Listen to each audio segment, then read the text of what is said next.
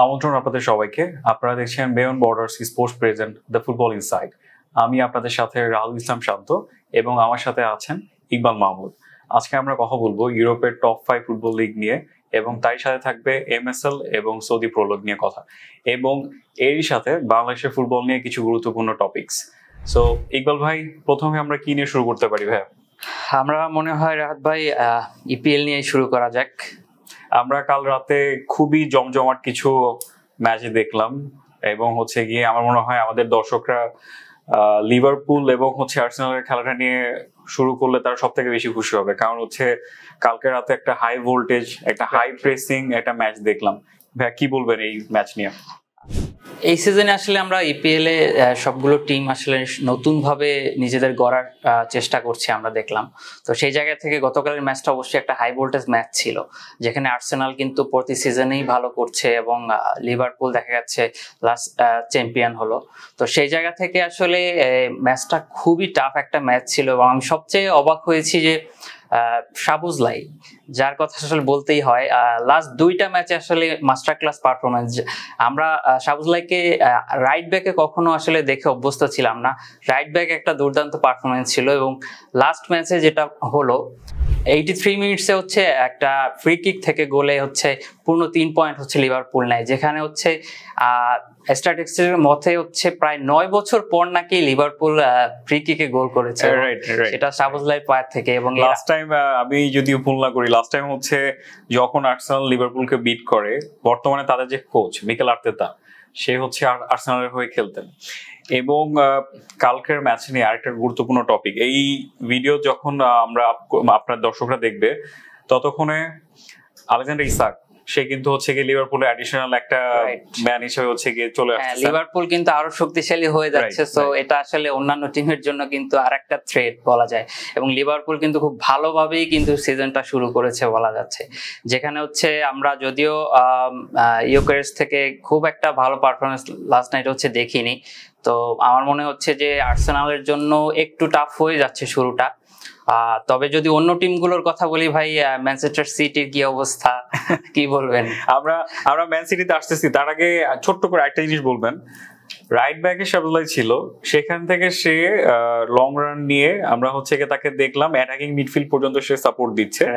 এবং তারই সাথে আমরা যে জিনিসটা দেখলাম, দুটো টিমেরই হাই প্রেসিং কালকে একটা খেলা ছিল। আপনি বল পজিশন ফার্স্ট হাফে মোটামুটি দুটো টিমেরই সমান ছিল, সেকেন্ড হাফে গিয়ে একটা সময় গিয়ে লিভারপুল আগানো ছিল।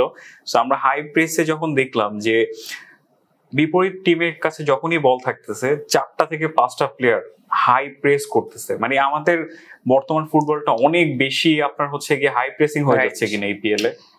আমার মনে হয় বর্তমানে আসলে ফুটবলের ট্যাকটিক্স গুলো, মানে ম্যাক্সিমাম কোচ যদি আপনি দেখেন, সবাই কিন্তু হাই প্রেসিং এর দিকেই নজর দিচ্ছে এবং কত তাড়াতাড়ি আসলে বল উইনিং করা যায়, এই জিনিসটা সব কোচের এখন আসলে মেইন। আপনি যদি বার্সেলোনা বা সিটির পেপ গার্দিওলা দেখেন, এরা আগে আসলে অনেক বেশি পাস নির্ভর থাকলেও হাই প্রেসিংটা কিন্তু আস্তে আস্তে এরাও অ্যাডপ্ট করার চেষ্টা করছে।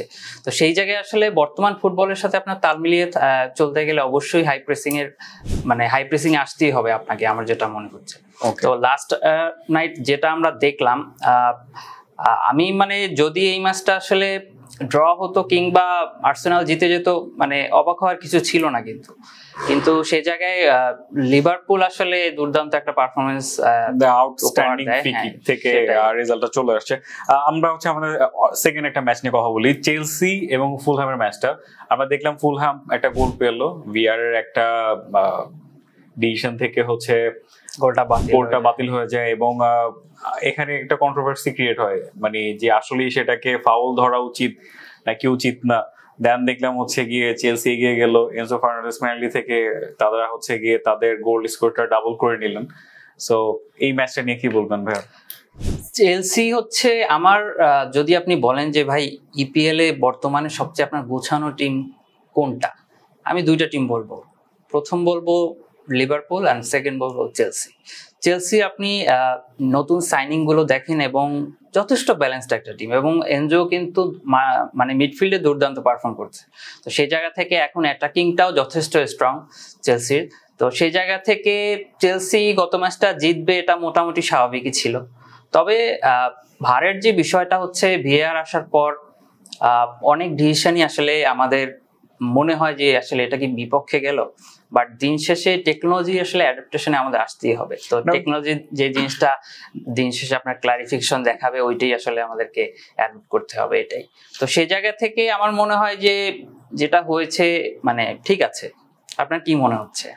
আমার কাছে হচ্ছে, আমি পার্সোনালি যদি বলি গোলটা, আপনি যদি যখন ইনস্ট্যান্ট কমেন্টেটর যারা ছিলেন, যারা কমেন্ট্রি করতেছিলেন, তারা কেউই এই ফাউলটার হচ্ছে পক্ষে ছিলেন না। মানে হচ্ছে ভিআর যে মধ্যেখানে যে চলে আসলেন এটা খেলার মধ্যে। সো আমার মনে হয় এই গোলটা নিয়ে তর্ক করার এবং এই গোলের রেজাল্টটা ফুলহামের পক্ষে না যাওয়ার, এটা নিয়ে বিতর্কিত হওয়ার অনেক টপিক আছে। সো আমি এটা দর্শকদের হাতে ছেড়ে দিব। তবে আমি এতটুকু বলবো যে ভিআর আমাদেরকে অনেক বেশি সুবিধা দিচ্ছে, আবার এই ধরনের কিছু কিছু ম্যাচে আমার মনে হয় অনেক বেশি প্রবলেম ক্রিয়েট করছে। দুই একটা আসলে আনএক্সপেক্টেড আর প্রতি বছর ইপিএল এ আমরা দেখেছি ভিআর অথবা রেফারিং নিয়ে কোনো না কোনো একটা প্রবলেম মানে থাকবেই। সো আমার মনে হয় সেম জোজোটাও হচ্ছে গিয়ে এবার চলতেছে, এবারে হচ্ছে গিয়ে প্রিমিয়ার লিগে। আমরা পরের ম্যাচে চলে যাই ইকবাল ভাই। হ্যাঁ, পরে হচ্ছে ভাই ম্যানচেস্টার ইউনাইটেড নিয়ে কিছু বলবেন নাকি? ফাইনালি ম্যানচেস্টার ইউনাইটেড তাদের 3 নম্বর ম্যাচ তারা হচ্ছে গিয়ে তাদের পক্ষে রেজাল্টে গেল। অ্যাডিশনাল টাইমে 97 মিনিটে ব্রুনো ফার্নান্দেজের একটা পেনাল্টি থেকে তারা হচ্ছে গিয়ে জয়লাভ করে, এবং তাদের কোচ পেনাল্টি শুট আউটের সময় অন্যদিকে তাকিয়েছিলেন, এতটাই নার্ভাস ছিলেন। এবং তার সাথে আমি আরেকটা জিনিস অ্যাড করতে যাচ্ছি, সেটা হচ্ছে তাদের ইএফএল কাপে লাস্ট যে ম্যাচটা মানে একদম জঘন্য একটা ম্যাচ, ডিভিশনের একটা টিমের এগেইনস্টে তারা হচ্ছে গিয়ে হেরে বাদ পড়ে গেল। এবং পেনাল্টি শুট আউট, একটা টিম 11টা পেনাল্টি শুট আউট নেয়, আরেকটা টিম হচ্ছে 12টা পেনাল্টি হচ্ছে গিয়ে শুট আউটে পার্টিসিপেট, 13টা সরি আমি যদি ভুল না করি। সেখানে এমন হয়েছে যে দুটো টিমের গোলকিপার হচ্ছে পেনাল্টিতে পার্টিসিপেট করা লাগছে, এবং মানে রিপিটিশনে চলে গেছিল, মানে সব 11 জন শেষ করে আবার নতুন করে শুরু করতে। এবং আমরা দেখলাম সেখানেও মানে এটা হচ্ছে ভাষায় অপ্রকাশযোগ্য। মানে হচ্ছে আপনি একটা গোলকিপারে যদি হচ্ছে কি আপনি তার নেগেটিভ একটা ওয়ার্ড ব্যবহার করেন, আমার মনে হয় এই মুহূর্তে তার জন্য নেগেটিভ ওয়ার্ডের যে লিস্টটা সেটা শেষ হয়ে গেছে। আমরা সেই ম্যাচেও দেখলাম। আমি এই জায়গায় একটু অ্যাড করি ভাই, আমরা আসলে আন্দ্রে ওনানাকে অনেকভাবে দোষারোপ করছি এবং তাকে দোষ দেওয়ার যথেষ্ট যুক্তিও আছে, কিন্তু কোচ কিন্তু অলরেডি বলেছে যে একটা মানে এরকম একটা টিমের সাথে যখন আমরা হারি, এটা আসলে শুধু গোলকিপারের দোষ দিয়ে লাভ নেই, এটা আসলে সবারই ভুল। কিন্তু আপনি তো কিন্তু খেলাটা ওই পর্যন্ত টেনে নিয়ে গেছেন আপনার কারণে, আপনি তখন কি বলবেন? মানে আপনি কতভাবে ওনাকে ডিফেন্ড করবেন? মানে আপনি কতগুলো ম্যাচ টাইম দিলে আপনার মনে হবে যে উনি যথেষ্ট টাইম মানে? যাই হোক, এখানে হচ্ছে একটা ভালো খবরও আমরা পাচ্ছি, কিন্তু অলরেডি মার্টিনেজ হয়তো বা এমিলিয়ানো মার্টিনেজকে হচ্ছে অনবোর্ড করতে পারে ম্যানচেস্টার ইউনাইটেড, এরকম একটা রিউমার চলছে। তো দেখা যাক। আমার মনে হয় যে ম্যানচেস্টার ইউনাইটেড এখনো যথেষ্ট সময় আছে, কেবল সিজন শুরু, ভালো কিছু করুক এটাই আশা রাখি আর কি। আমরা বড় টিমের এগেইনস্টে দেখলাম ম্যান ইউনাইটেড একটা ভালো টাফ ফাইটিং দিল, যদিও তারা শেষ পর্যন্ত হেরে যায়। বাট এই ধরনের ম্যাচে তারা যখন কন্টিনিউয়াস এই ধরনের রেজাল্ট গুলো করবে, আমার মনে হয় এইবারের লিগ টাইটেল রেস এমনিতেই খুবই টাফ। লিগ টাইটেল রেস অবশ্যই এই জায়গায় আসলে ম্যানচেস্টার ইউনাইটেডকে কনসিডার করার মতো মানে আসলে ওর সেরকম কোনো পারফরম্যান্স দেখছি। আমাকে এক কথা বলবেন, বাট টপ 5 এ আমাকে এক কথা বলবেন যে ইউরোপা লিগে কি আমরা দেখতেছি? টাফ। ওকে ভাই, আমার মনে হয় আমরা নেক্সট ম্যাচ নিয়ে কথা বলি। ম্যান সিটি আবার হেরে গেল। ম্যান সিটি প্রথম ম্যাচে তারা দুর্দান্ত একটা শুরু করলো, এর পরের পরপর দুটো ম্যাচে তাদের হার, এটা নিয়ে কি বলবেন?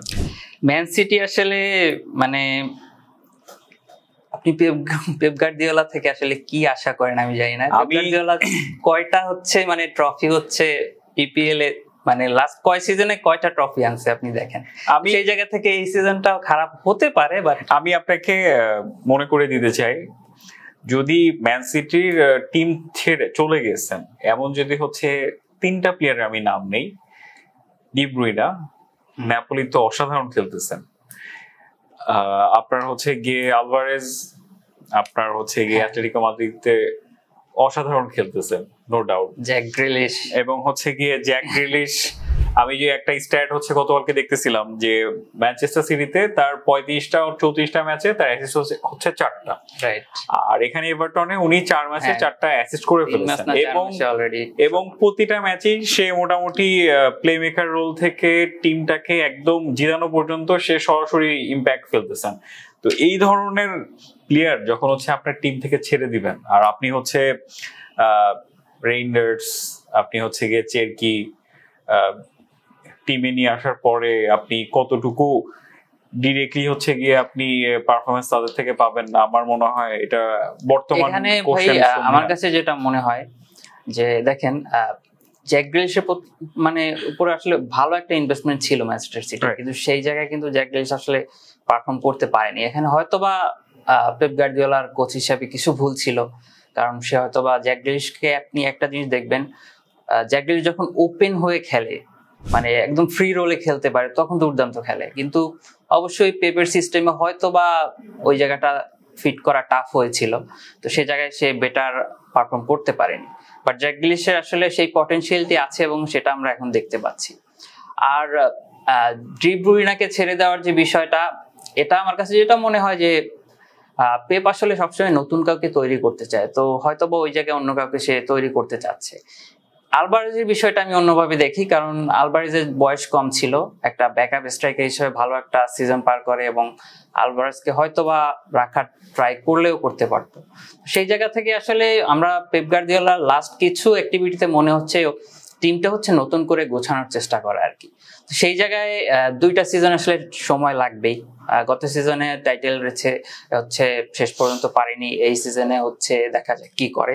বাট টপ 3-তে আসলে আমার কাছে এখনো মনে হচ্ছে ম্যান সিটির জন্য এই সিজন টাফ হবে, তো লেটস সি কি হয় আসলে। ইগল ভাই, আমরা ছোট্ট করে দুটো টিমের আমি হচ্ছে গিয়ে ব্যাপারে জানতে চাইবো। নিউক্যাসল, অ্যাস্টন ভিলা, এখন পর্যন্ত তারা জয়ের মুখ দেখতে পায়নি, এবং অ্যাস্টন ভিলার যে হোম রেকর্ডটা ছিল লাস্ট 1.5 বছর ধরে প্রায় আনবিটেবল, সেটাও কিন্তু গতকাল রাতে ক্রিস্টাল প্যালেস হচ্ছে গিয়ে রেকর্ডটা ব্রেক করে দিল। আর নিউক্যাসলের হচ্ছে কি স্ট্রাইকার সমস্যা, তারা নতুন স্ট্রাইকার নিয়ে আসছে, বাট এর পরেও 3টা ম্যাচে এখনো কোনো পয়েন্ট আসেনি। আসলে কিছু টিম আছে আপনার 1 সিজন বা 2 সিজন ওয়ান্ডার যেটাকে বলে। আমার কাছে আসলে এই যে অ্যাস্টন ভিলা বা নিউক্যাসল যদিও যথেষ্ট মানে ডেভেলপ করেছে বেস্ট কয়েক সিজন ধরে, কিন্তু সেই জায়গায় মালিকানা পরিবর্তনের পর থেকে, তো সেই জায়গায় আসলে টপ 5-এ এই টিমগুলোর আসলে থাকা অনেক টাফ। বাট তারপরও যেমন এই সিজনে আপনি দেখেন, এই সিজনে এখন পর্যন্ত আমার কাছে যেমন আমি যদি বলি ক্রিস্টাল প্যালেসের পারফরম্যান্স কিন্তু ভালো লাগছে। টটেনহাম তো এমনিতে আমরা টপ 5-এর মধ্যে মানে কাউন্ট করার মতোই একটা দল, তো টটেনহাম এবার ভালো করতেছে। টটেনহামে কিন্তু হচ্ছে জাভি সিমন্স চলে আসলো আপনার হচ্ছে গিয়ে আরবি লাইপজিগ থেকে, আমি যদি ভুল না করি। সো টটেনহাম টিম হচ্ছে গিয়ে আরো বেশি স্ট্রং হবে, মানে আগের থেকে আরো বেশি স্ট্রং। টটেনহাম হচ্ছে আপনার লাস্ট যখন ওরা ট্রফিটা জিতলো, আপনার একটা টিম মানে ট্রফি জিতলে আসলে টিম স্পিডটাই চেঞ্জ হয়ে যায়। সেই জায়গা থেকে এই সিজনে টটেনহামের ভালো করার একটা সুযোগ আছে, কারণ টিমের সবার মধ্যে আসলে অনেক বেশি স্পিরিট আসলে দেখা যাচ্ছে। তো আমার মনে হয় টটেনহাম এই সিজনে ভালো করবে। বাট অ্যাস্টন ভিলা, নিউক্যাসল এগুলোর জন্য আসলে টাফ। নিউক্যাসল হয়তো বা ঘুরে দাঁড়াতে পারে, বাট অ্যাস্টন ভিলার জন্য এই সিজনটা আমার কাছে খুবই টাফ মনে হচ্ছে। ছোট্ট করে আমি কিছু জিনিস আপনাকে মনে করে দিব এবং হচ্ছে জানতে চাইবো আপনার থেকে একই সাথে। আলেহান্দ্রো গার্নাচো চেলসিতে চলে গেলেন, ম্যান ইউ এর ফিউচার যাকে ধরা হচ্ছিল, রোনালদোর সেম সেলিব্রেশন, অনেকের থেকে একটা এক্সপেকটেশন ছিলেন যে কাইন্ড অফ রোনালদোর মতো সাপোর্ট দিতে পারবেন কিনা, সো সেটা আসেনি, এবং হচ্ছে এখন টিম থেকেই উনি হচ্ছে গিয়ে চেলসিতে চলে গেছেন। এটা কিভাবে দেখবেন? গার্নাচোর আসলে ইউনাইটেডের মানে আমরা শুরুটা আসলে ভালোই মনে হয়েছিল, বাট দিন শেষে যখন আমরা দেখলাম যে প্রপার প্লেইং টাইম পাচ্ছে না বা পেলেও হয়তো বা খুব বেশি কিছু করতে পারছে না, ওই জায়গা থেকে আসলে আমরা ধরে নিয়েছিলাম যে গার্নাচো হয়তো বা ইউনাইটেড থেকে লিভ নিবে। তো সেই জায়গায় চেলসি খুব ভালো একটা মানে জায়গা হবে গার্নাচোর জন্য আমার যেটা মনে হচ্ছে, কারণ চেলসি হচ্ছে নতুন করে টিম আপনি কি সাজিয়েছে। গার্নাচোকে রেগুলার প্লেয়ার হিসেবে দেখতেছেন চেলসিতে?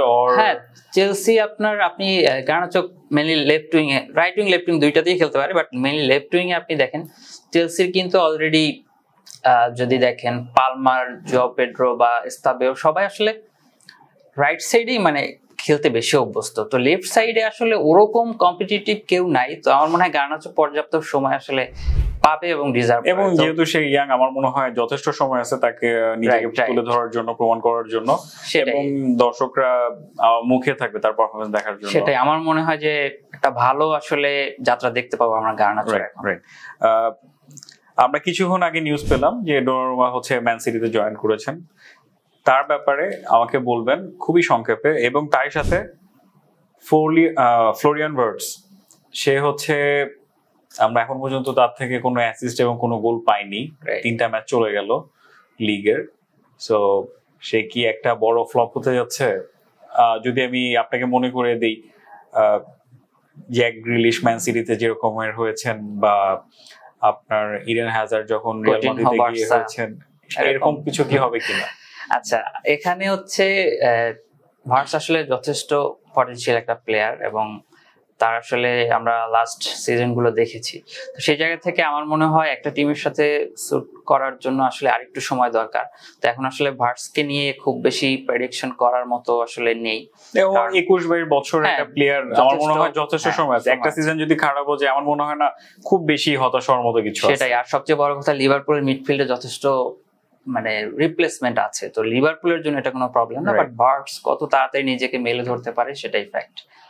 আর ডনারুমার জন্য আসলে খুব ভালো একটা, আমার কাছে মনে হচ্ছে Manchester city champions league last সিজনে সে জিতলেন, এবং জিতে সরাসরি হচ্ছে গিয়ে সে পিএসজি থেকে এখন শিফটেড হয়ে হচ্ছে গিয়ে ম্যান সিটিতে চলে আসছে। রাইট।